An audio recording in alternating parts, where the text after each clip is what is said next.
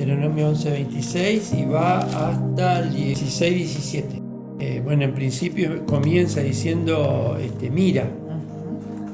Es una lástima que en la Reina Valera un poco se pierde eso, ¿no? Porque dice, aquí yo pongo, no dice mira. No dice mira, es verdad. Dice, aquí. Sí, es no sé cierto. si en alguna otra versión, no sé ¿Qué dice acá? ¿qué otra versión? Yo tengo la Kadosh. Ajá, bueno, la Kadosh creo que sí dice eso. La Kadosh dice, miren, estoy poniendo delante de ustedes. Claro, miren, dice. Claro. Miren. En Ahí la dice, Biblia de las sí, Américas también dice aquí. Yo estoy poniendo, claro. Y en la versión israelita dice, miren que pongo hoy delante de ustedes la bendición y la maldición. Correcto. Habla también del santuario único, donde Dios le dice que va a haber un lugar exclusivo donde van a tener que ofrecer los sacrificios, las ofrendas. Eso me habló un poco también cuando lo estaba leyendo. Bueno, primero le dice que no tenían que imitar las costumbres de los pueblos donde iban a ir a habitar. Ayer escuchaba un pastor muy conocido hablando de que le hacían la pregunta ¿por qué Israel cuando entraba a la tierra Dios les mandaba que mate a toda la gente? Es una buena pregunta esa. Sí, verdad. Y mirándolo con los ojos del siglo XXI, a eso era limpieza étnica. Seguro. Genocidio. Sí. Claro. Una de las cosas que este hombre dice que está bien, mandó a limpiar de toda idolatría, porque en realidad el problema es un problema moral. Claro. Un pueblo que sacrificaba niños. Claro. Pero la advertencia que iba junto con ese mandato era, mira que si ustedes hacen lo mismo les va a ir igual. Santo, Ahí está. Por lo menos lo avisaba. Claro, o sea, por eso le dice, cuiden de no hacer lo mismo que hacen esas naciones. Está bien, yo les mando que ustedes destruyan los lugares de idolátricos, que limpien, pero si ustedes hacen lo mismo les va a ir igual. Y de hecho pasó eso con el pueblo de Israel. Y no una vez, muchas veces pasó. Cuando caían en la idolatría, venía otro pueblo de otro lado, los llevaba cautivos, los diezmaban, desastre. O sea que en ese sentido había una advertencia de parte de Dios. Amén. De no hacer lo que hacían esas naciones y establecer un lugar donde ir a adorar a Dios. Dice el versículo 12-11, y al lugar que Jehová vuestro Dios escogiere para poner en él su nombre, allí llevaréis todas las cosas que yo os mando, vuestros holocaustos, sacrificios, diezmos, ofrendas. Y un poco antes, 12-11 estoy, y sí. En el versículo versículo 5 dice, sino que en el lugar que Jehová vuestro Dios escogiere de entre todas las tribus para poner allí su nombre, para su habitación, ese buscaréis y allá iréis. El versículo 8 dice, no haréis como lo que hacemos nosotros aquí ahora, cada uno hace lo que bien le parece, en cuanto a las ofrendas está hablando, ¿no es cierto? Claro. Porque hasta ahora no habéis entrado en el reposo. Es decir, Dios les dice, hay un solo lugar donde ir a adorar, donde ir a llevar las ofrendas, hay un solo lugar. Y eso me llevó un poco, lo relacioné, ¿no es cierto?, con Yeshua. No hay otro nombre. Ajá. No hay otro nombre. O sea, así como hay un solo lugar donde Dios establece su presencia, también hay una sola persona en la que podemos confiar. La samaritana le dice eso. La mujer que encuentra en el pozo. Bueno, la samaritana le pregunta, ¿dónde al final dónde hay que ir? Allá donde nosotros decimos, donde ustedes dicen. Jesús le dice, en definitiva, que el lugar en realidad no era lo más importante, sino el espíritu. Claro. Pero como sombra, como figura, el hecho de que Dios establece un solo lugar para ir a adorar y para ir a sacrificar, también es sombra del Mesías, eso, ¿no? Por supuesto hay instrucciones en este pasaje acerca de las ofrendas y de los sacrificios, algunas algunas regulaciones dietéticas, digamos, de lo que podían comer y lo que no comer, advertencia contra la idolatría, advertencia contra los falsos profetas, cuando les dice... Ya en esa época había. Y sí, siempre hubo eso. Pero interesante que le dicen, mire, si viene alguien, profetiza algo y eso se cumple, o sea que no es que la profecía no se cumplía, sino que de pronto venía un profeta, decía que iba a pasar algo y eso pasaba, pero ese profeta estaba instando a la gente a la idolatría. Claro. Ese era un falso profeta, por más que lo que dijera se cumpliera. Entonces no es la cuestión del falso profeta, no es que lo que dice no se cumple o está diciendo cosas que no van a pasar. No, de pronto, o sea que el don de profecía no es la señal de que realmente viene de Dios. Pero a veces se puede confundir con el don de adivinación. O de adivinación. En todo caso siempre es un don. Un don, y todo don viene de Dios. Así es. Ahora, cómo lo usa es otra cosa. Ahí está el problema. De pronto la persona, ¿De ese falso profeta tenía un don, decía lo que iba a pasar, eso pasaba, pero después le decía, no, lo que pasa es que ustedes tienen que venir a sacrificar a este Dios, a ese apedrear. Lo mismo pasa con muchos dones. O sea, una señal, un milagro, algo que sucede sobrenatural, no es garantía de que lo que está pasando viene de Dios. Claro. ¿Me explico? ¿Cómo no? Que a veces la gente se asombra por los milagros. Cuando a Jesús le dijeron, mirá, estos están haciendo milagros, déjalo, si no juntan desparraman, pero el que no es conmigo es contra mí. Claro. O sea, Jesús no les estaba diciendo, no, déjenlo porque eso... No dijo ni una cosa ni la otra. No les reveló, bueno, pero esto... No, déjalo. Pero el tema es tener de Dios el discernimiento para decir, bueno, esto está bien, pero... si el milagro pasó, pero acá hay algo raro. Claro. Muchos vendrán, dije, no profetizamos, no hicimos milagros en tu nombre. Yo no lo conozco, le va a decir. Entonces, la advertencia contra los falsos profetas existió desde acá,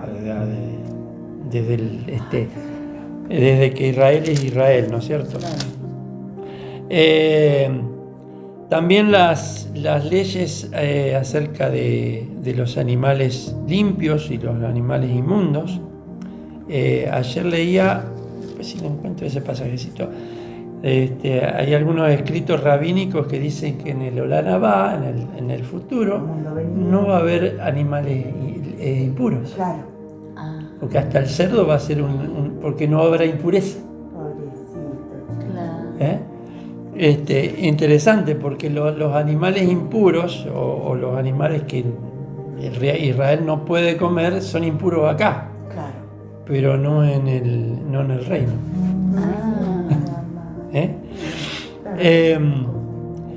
Las leyes acerca del diezmo.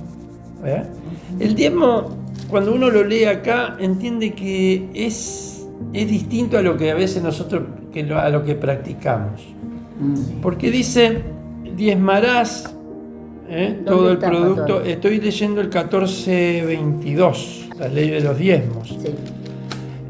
Donde, bueno, el diezmo obviamente era de los productos agrícolas, tanto de animales como de los frutos, del grano, la fruta, todo eso. Y dice, bueno, indefectiblemente diezmarás. ¿Qué quiere decir? Apartar, porque no es que todos los domingos llevaban el diezmo a la iglesia, no. Claro. Estaban todo el año Sí. apartando eso. Y el diezmo lo llevaban una vez al año. Claro. Dice, diezmarás todo el producto del grano que rindiere tu campo cada año y comerás. Y dice, y comerás delante de Jehová tu Dios en el lugar que él escogiere para poner allí su nombre, es decir, en el templo. Amén. O sea, el diezmo se apartaba, se iba a esa fiesta, que creo que era la de Pesaj, y parte de ese diezmo se lo comía ahí. No es que se lo daban todo al sacerdote. Lo compartían, digamos. Lo compartían. Claro, con los Se hermanos. sacrificaba un animal, eso pasaba en Pesaj. Claro. Distinto al sacrificio de Yom Kippur. Llevaban un animal, ese animal se sacrificaba, se derramaba la sangre, se ofrendaba, pero el sacerdote le devolvía, se quedaba con una parte, pero le devolvía el resto y eso que él había ofrendado lo comía con su familia en Jerusalén.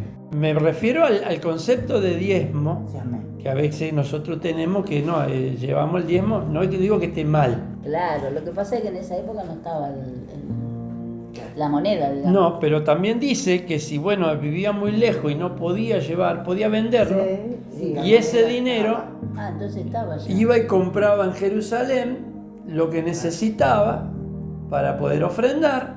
Y eso es lo que hacían, lo que en el tiempo cuando Jesús entra al templo, que lo purifica, mucha gente venía de afuera con dinero, porque no podía transportar animales, ya vivía muy lejos, compraba en Jerusalén y ofrendaba. Además que se había hecho un mercado adentro del templo. Claro. No es que estuviese mal la práctica en sí, sino dónde la hacían. Claro. Y donde había muchos que se aprovechaban de eso. Entonces, la práctica en sí no estaba mal, sino donde lo hacían en el tiempo de Jesús. Claro. Pero realmente era algo que estaba escrito, que si no vivías muy lejos, andar llevando animales en aquella época vivos, porque había que llevarlo vivo, no que lo mataba y después que llegue en condiciones. que llegue en condiciones, que no llegue lastimado, porque si estaba lastimado no lo podían ofrendar. Qué bárbaro. Entonces lo vendían Todo lo mejor. y con ese dinero iban y compraban en Jerusalén para poder llevar al templo. Claro.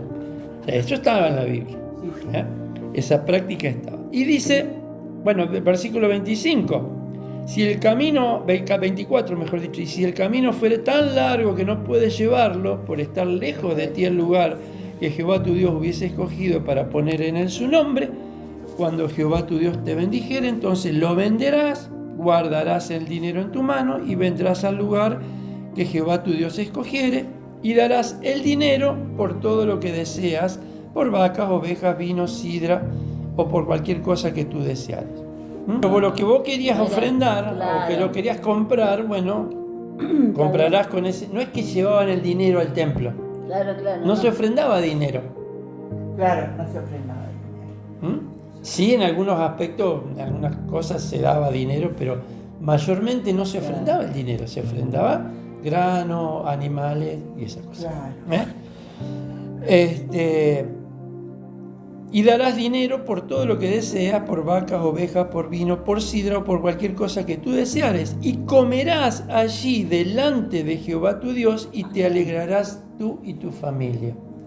Qué hermoso. ¿Ves para qué servía el diezmo? Para hacer fiesta delante de Dios.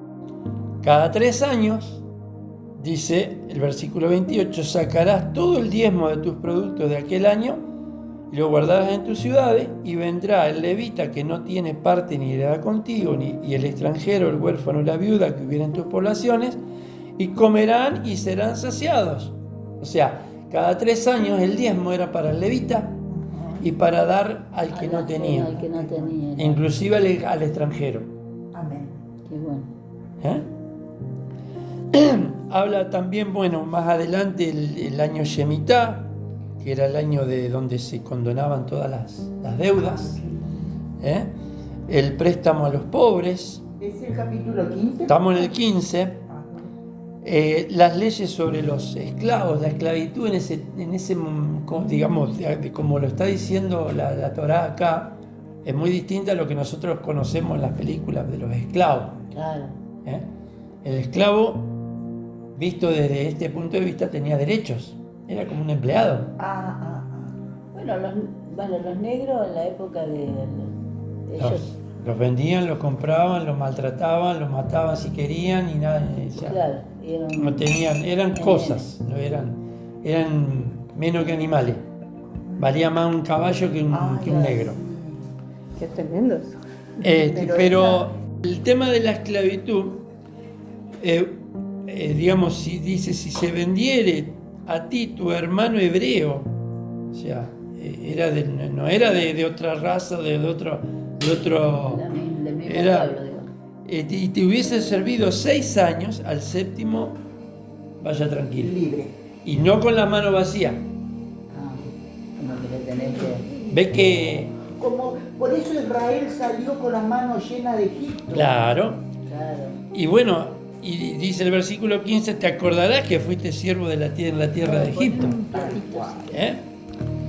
Ahora, estaba la opción de que esa persona, ese siervo no quisiera irse porque estaba bien, con estaba contento donde estaba. Podía quedarse. Dice, entonces tomará una lesna, le haré un agujerito en la oreja, y será tu siervo para siempre. Le ponía Debe ser que le ponían un aro. No te parezca duro cuando le enviares libre, pues por la mitad del costo de un jornalero te sirvió 6 años. Y cuando Jehová tu Dios te bendecirá, Jehová tu Dios te bendecirá en todo cuanto hicieres. Está después el tema de las fiestas, con eso termina la porción, las fiestas anuales, las fiestas de peregrinación, está hablando un poco, que es Pesaj, Shavuot y Sukkot. Volvemos al comienzo, ¿no? Donde dice mira.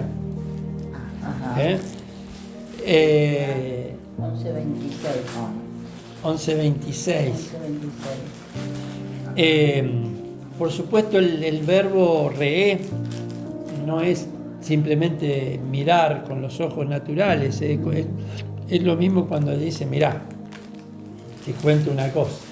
No te estoy diciendo que mire con los ojos naturales, te estoy diciendo que me prestes atención.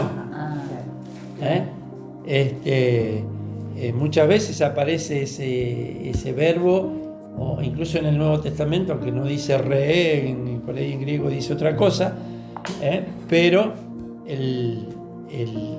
la exhortación a ver, a prestar atención, a no distraerse. Mateo 24:4 dice, mirad que nadie se engañe. Por ejemplo.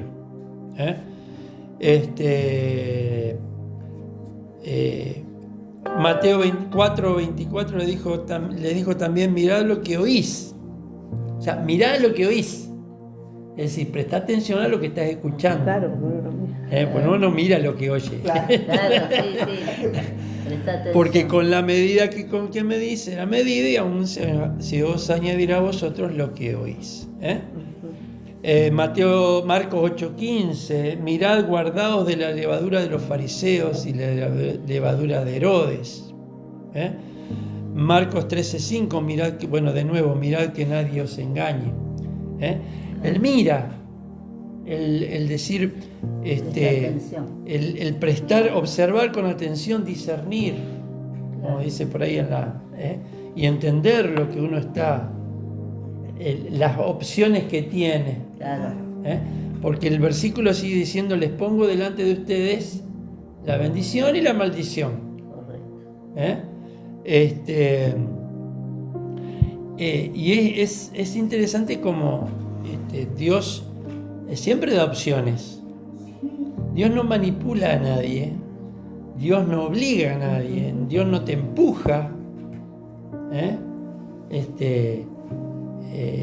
Dios no hace de nosotros lo que Él quiere sin nuestra autorización, Claro. sin nuestra voluntad. Nuestro despertar. ¿Eh? Siempre está de por medio nuestra voluntad. Y Dios respeta nuestra voluntad. Por eso las situaciones que vemos. ¿Eh? Ay, Y por eso a veces nos metemos en problemas. El libre albedrío. El libre albedrío. ¿Eh?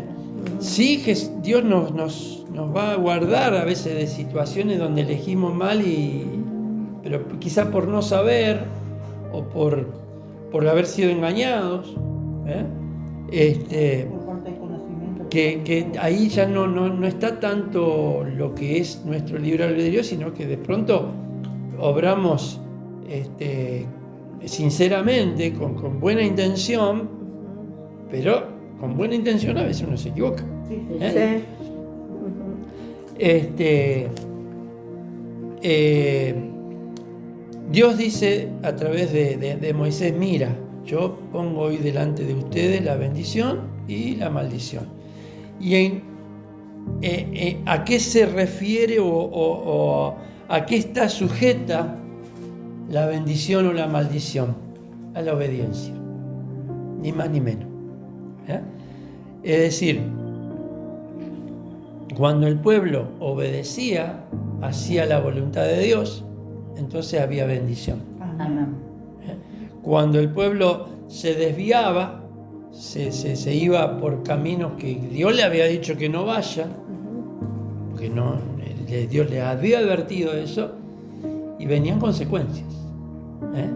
Consecuencias que Dios no quería, pero que ya, digamos, el castigo a veces está en la misma desobediencia, no es que Dios manda castigo. Dios no obliga a nadie, como decíamos, Dios no te va a forzar o te va a empujar a que hagas, digamos, no lo va a hacer por encima de tu voluntad. Claro. Pero tampoco oculta las consecuencias de nuestras decisiones. Y Él presenta las opciones para que nosotros podamos elegir. En el mismo Deuteronomio 30:19 dice: a los cielos y a la tierra llamo por testigo, hoy he puesto delante la vida y la muerte, la bendición y la maldición. Por supuesto que Dios quiere que elijamos la vida. Y la bendición. Pero siempre va a ser nuestra decisión. Jesús mismo dice: entren por la puerta estrecha. Ay, sí, señor. Dice: porque ancha y espacioso es el camino que lleva a la perdición, y angosto es el camino que lleva a la vida. Claro. Uno tiene que elegir, bueno, entro por esa puerta que es estrecha, el camino. ¿Por qué es estrecho el camino? Porque si yo voy por ese camino, ya no puedo hacer lo que yo quiera. Claro. En ese sentido es estrecho el camino. Pero aunque el camino es estrecho, hay bendición en ese camino.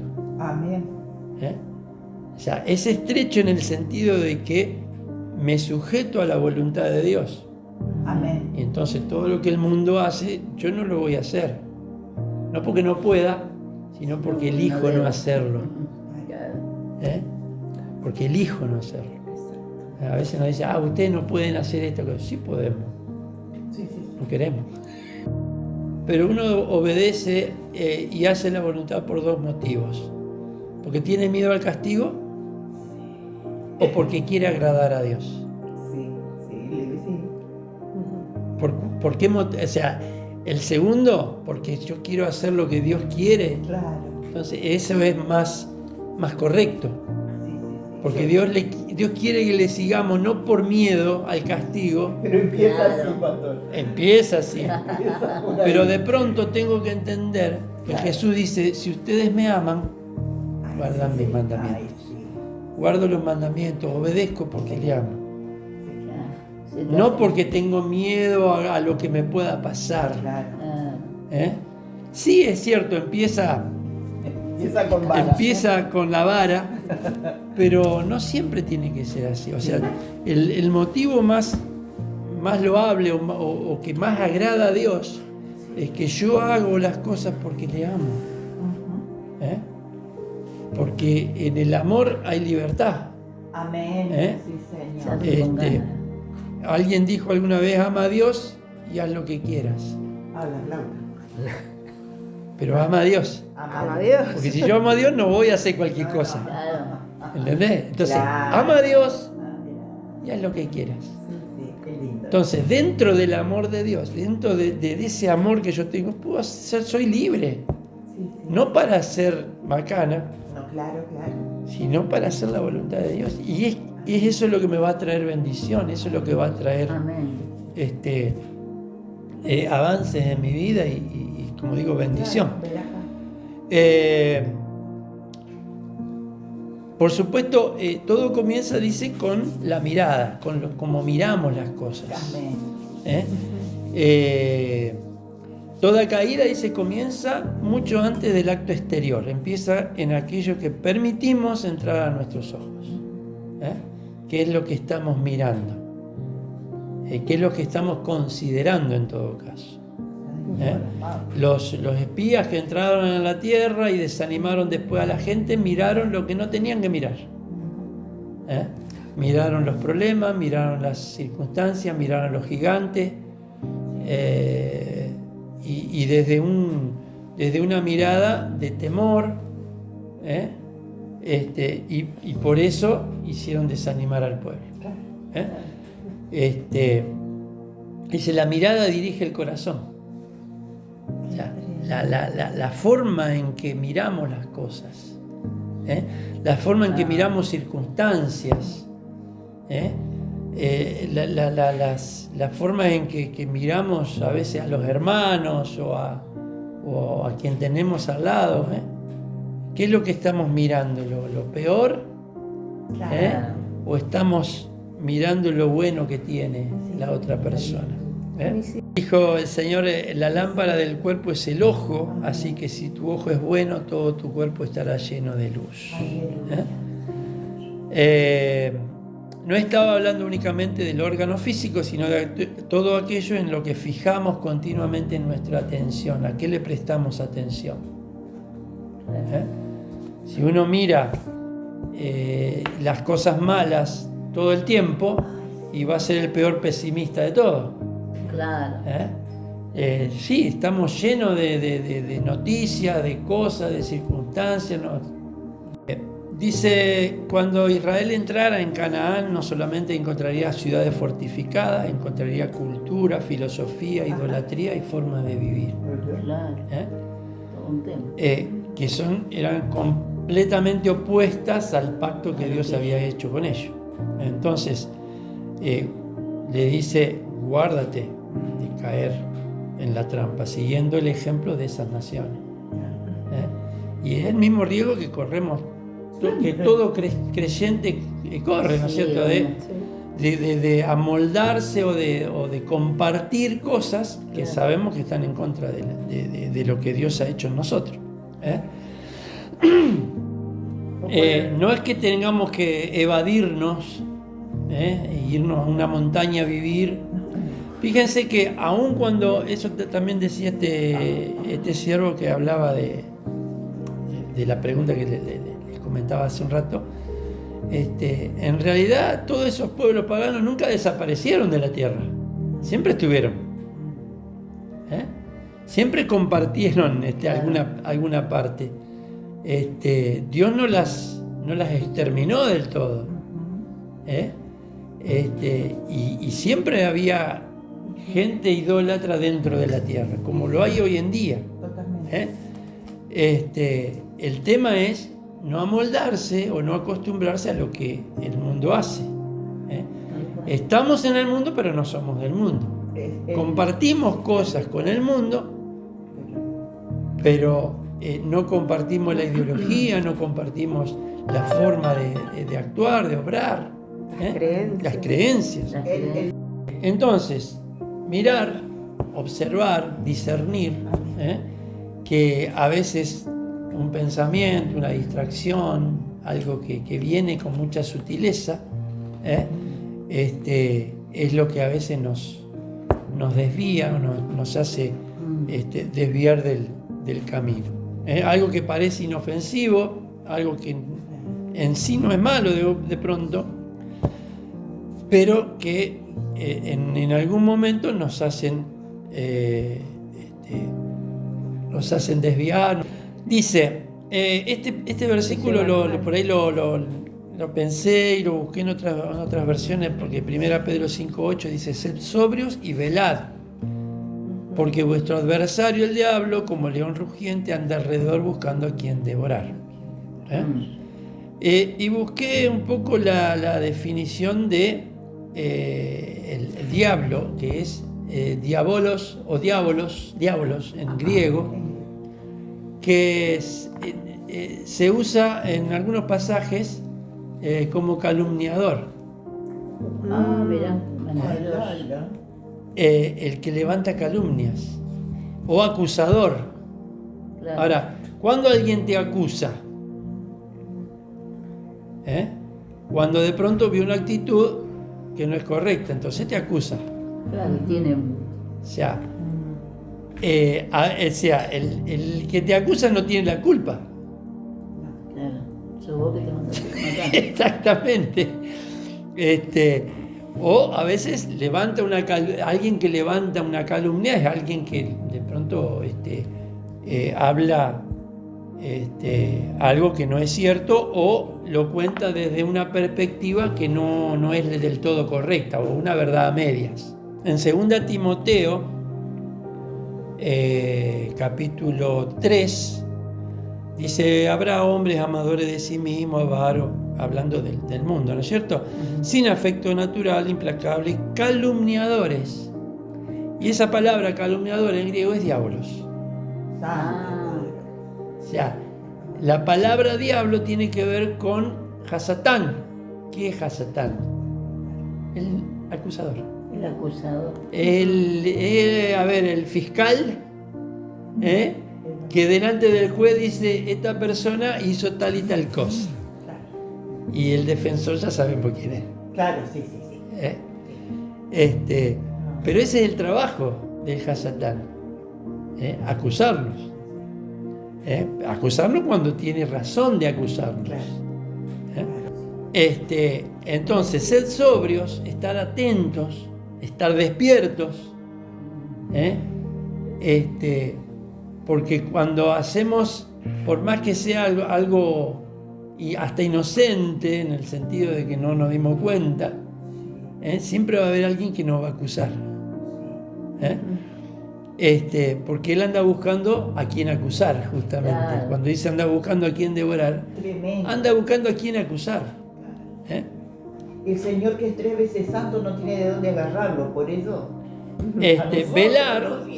Velar significa permanecer despierto, atento, observar, discernir, no caminar dormidos espiritualmente, dice acá, sino que estemos justamente en una continua actitud de estar atentos. Un poco, yo digo, cuando uno va manejando, una de mis oraciones a la mañana es: Señor, ayúdame a estar atento cuando ando por la calle.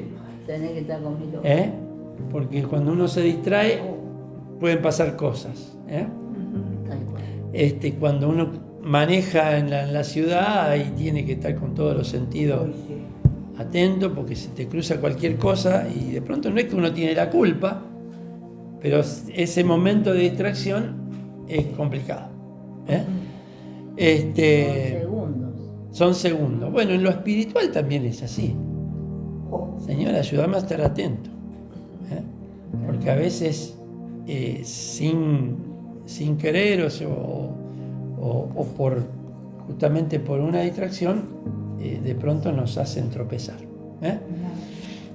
La bendición siempre está ligada a la obediencia. Mi suegro siempre decía: en la obediencia está la bendición. Eso decía cada vez que le daban cambio, pobre, que lo llevaban de aquí para allá, y él tenía que ir. Y la verdad que fueron bendecidos siempre, ¿no? Sí. La bendición justamente está en la obediencia. Cuando uno anda en los caminos del Señor hay bendición. Claro. Y tiene paz. Y tiene paz. Ahora, la bendición no es simplemente que Dios te dé cosas. No. La bendición es andar con Dios. Amén. Así es. Caminar con Dios, andar con Dios. Dice que Enoc anduvo con Dios. Oh, sí. No es simplemente que el caminar un camino, sino que él hacía la voluntad de Dios. Decía, Dios era su compañero. Y a veces estamos en circunstancias que no nos gustan, que pasamos prueba. Cantamos hace mucho Divino Compañero del Camino. A mi suegra le gustaba esa canción. Porque si Dios está con nosotros, ¿quién contra nosotros? Aleluya. La bendición es andar con Dios. Y Dios no se aparta de nosotros, nosotros a veces nos apartamos de Él. Sí, La bendición, si oyere los mandamientos de Jehová vuestro Dios, dice en el 11:32, dice, guardaréis cuidadosamente todos los mandamientos. Y no se trata de una obediencia legalista. No, en ningún momento Dios dice que vamos a ser salvos por guardar los mandamientos. Ningún lugar de la Biblia dice eso. Ni en el Antiguo y menos en el Nuevo. No.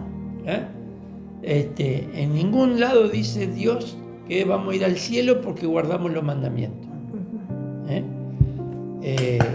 Porque eso a veces creen o se cree lo que a veces contradicen lo que dice que el Antiguo Testamento ya no va más. No. O que los mandamientos ya no tienen vigor Vigencia. o vigencia. Sí. Siempre parece que la Salvación viene por el speech del evangélico Sí. es, no, somos salvos por Jesús, no por las obras. Sí, es cierto, pero no estamos hablando de salvación. Claro. Y a veces para el evangelio es salvación o perdición y no hay otra cosa. Claro. Cuando realmente hay mucho más. Sí. Somos salvos no para, bueno, si Dios simplemente quisiera que fuéramos salvos para ir al cielo, y bueno, en el momento que aceptamos a Jesús, ya listo, nos lleva y listo. Claro. Pero nos deja acá. Para limar. ¿Por qué nos deja? Primero porque tiene que trabajar con nuestro interior. Y segundo porque tenemos una misión. Exacto. Pablo decía, yo me gustaría irme. Dice, pero yo sé que tengo que hacer cosas acá todavía. Sí, a todos nos gustaría ir. Claro. A todos nos gustaría ir. Mira los problemas. ¿Qué necesitamos? No, acá. Entonces, no es una obediencia legalista, es una respuesta de un corazón que ama al Señor. Eso es la obediencia. Y como hoy también leía, no es que todos los mandamientos nos afectan. No todo lo que encontramos en la Biblia, en el Tanaj, es para nosotros. Hay muchas cosas que no son para nosotros. Hay muchas cosas que son solo para el pueblo de Israel. Y otros mandamientos que sí nos involucran a nosotros. Y algunos que podemos elegir guardar, porque amamos al Señor, no porque Dios nos pida que lo guardemos, sino porque realmente queremos hacerlo. Si me amáis, dijo el Señor, guarden mis mandamientos. Juan 14:15. Y esta frase me gustó mucho. Dice, la obediencia no compra el amor de Dios. Es la evidencia de que verdaderamente lo amamos. Y la bendición está en amar a Dios. Amén. Una generación llamada a discernir. Nunca una generación tuvo acceso a tanta información. Estamos rodeados de información, saturados de información, demasiada información.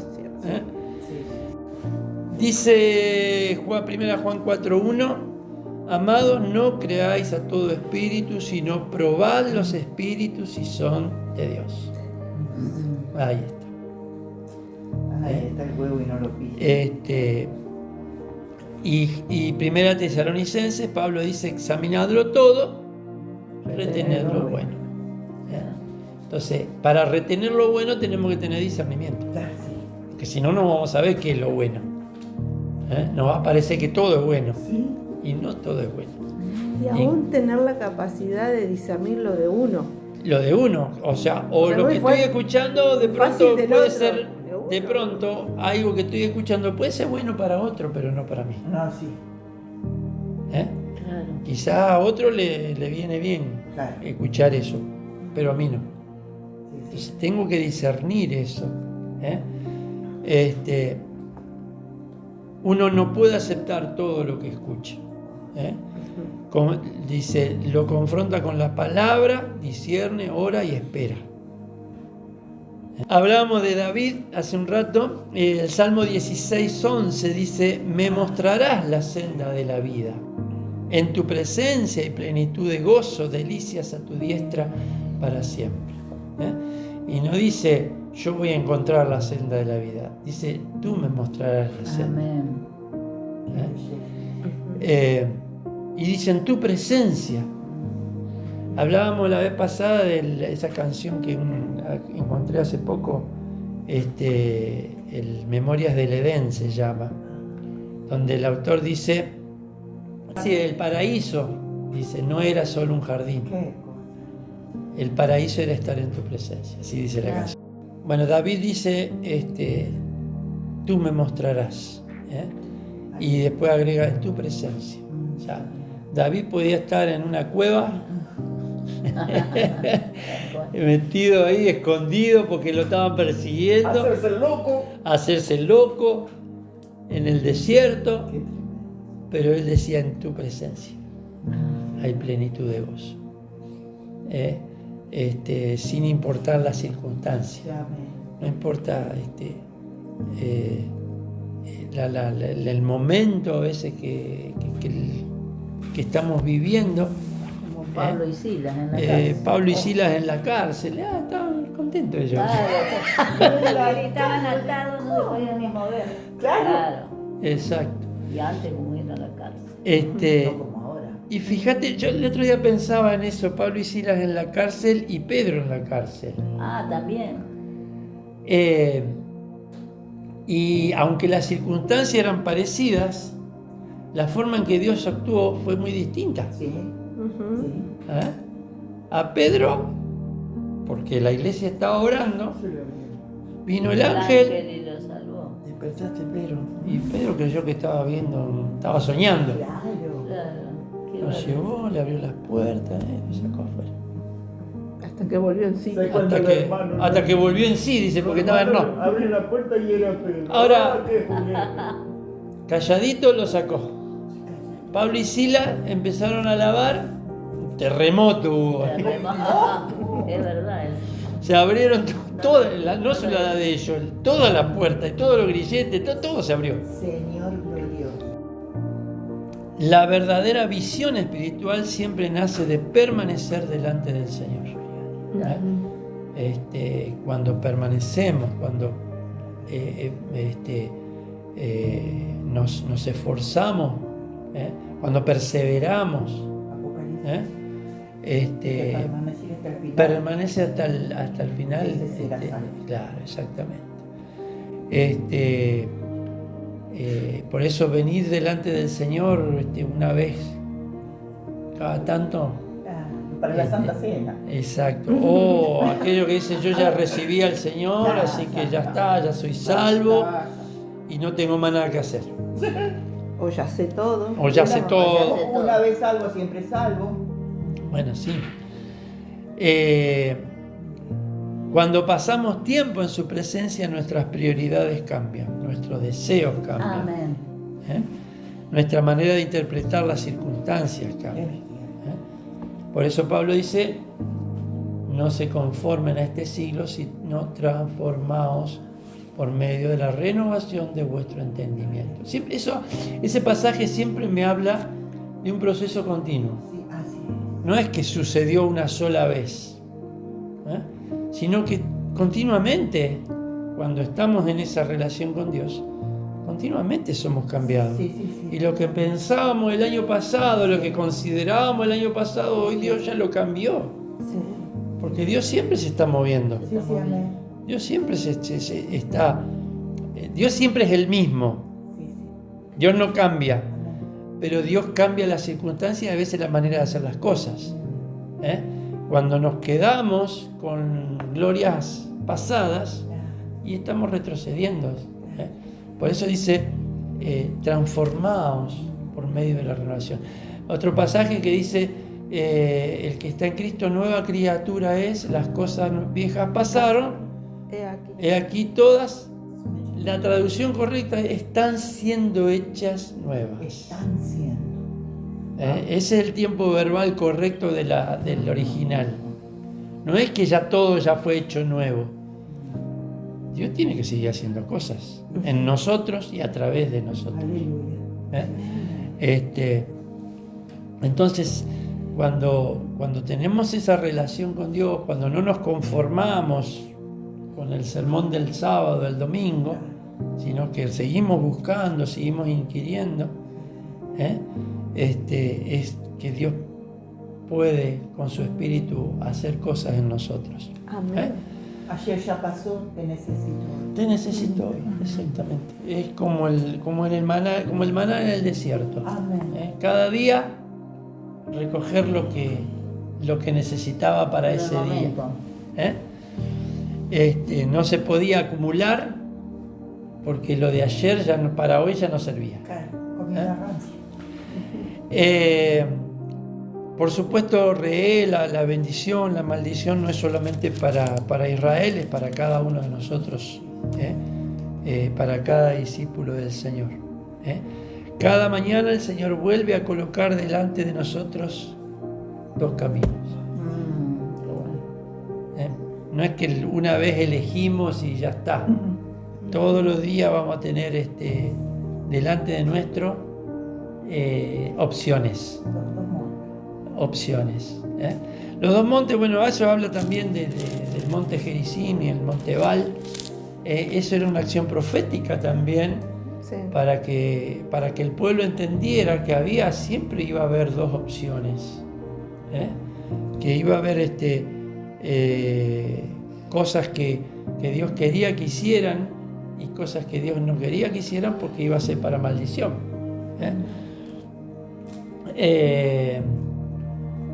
Dice,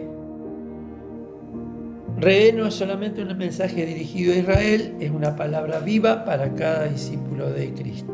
Cada mañana el Señor vuelve a colocar delante de nosotros dos caminos: bendición, maldición, obediencia, desobediencia, fidelidad o indiferencia. Y antes de pedirnos que escojamos, nos dice nuevamente, observa, detente, mira, observa.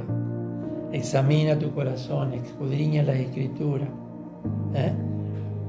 buscar el consejo del Espíritu, de lo que nos dice no solo su palabra, sino su palabra revelada a través del Espíritu. Amén.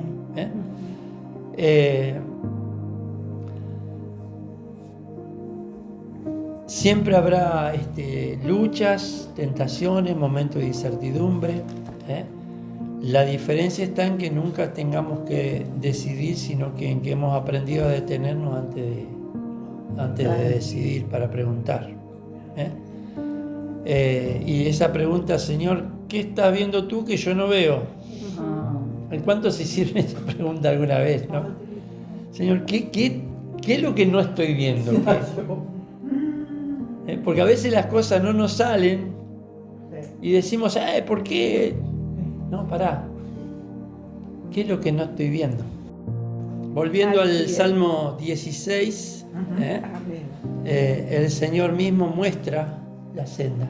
De alguna manera la muestra. Así es. Amén. Sí, Señor. Nos libra de redes ocultas, de trampas. Fortalece el corazón para permanecer firme y conduce a sus hijos por el camino donde la verdadera bendición no consiste solamente en recibir cosas de Dios, sino en caminar cada día en su presencia. Esa es la bendición. Amén. Porque nos bendijo con toda la Amén. ¿Querés leerlo, ese versículo, Salmo 16, 11? Me mostrarás la senda de la vida, en tu presencia hay plenitud de gozo, delicias a tu diestra para siempre. Wow. Ahí tiene sentido lo que estamos estudiando, ¿no es cierto? Que caminar con Dios implica justamente eso, guardar su palabra, obedecer, obedecer a Dios en primer lugar, y en algunos casos tener que obedecer la voz de alguien que nos dice por acá. Claro, estar atento. Cuando escuchamos la voz del pastor, de la pastora, de alguien que está en autoridad, y de pronto sentimos que lo que nos está diciendo viene de parte de Dios. Sí, más de una vez. No es simplemente idea del pastor o idea del otro, sino que realmente estamos sintiendo de que eso viene de parte de Dios. Entonces, bueno, eso para ir terminando, ¿no es cierto? Poder estar en esa comunión con el Señor, en esa cercanía del Señor, donde el Señor nos enseña, nos muestra, nos ayuda a discernir. Por eso es importante lo que hacemos cada sábado, estudiar la palabra. Siempre digo, uno no estudia para saber más, uno estudia para saber cómo hacer la voluntad de Dios. Así es.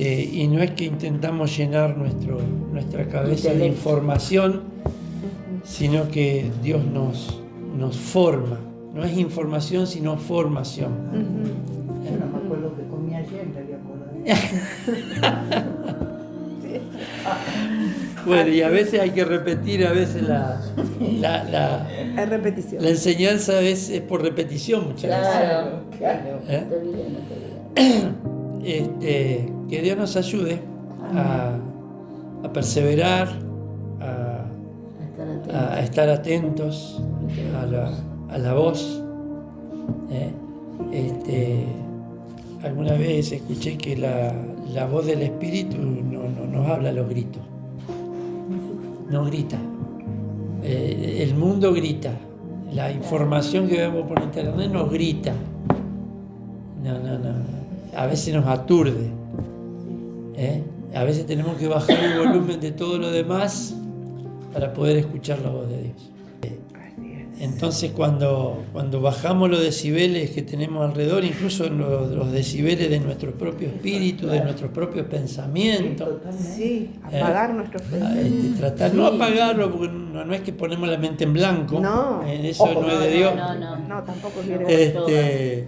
sino que nos concentramos en su palabra. Por eso dice, en tu palabra meditaré.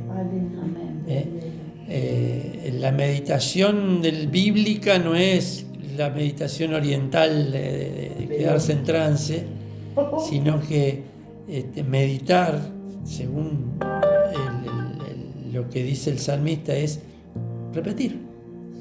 A veces un versículo, Señor es mi pastor, nada me faltará. Así que miren todo lo que sacamos de una sola palabra.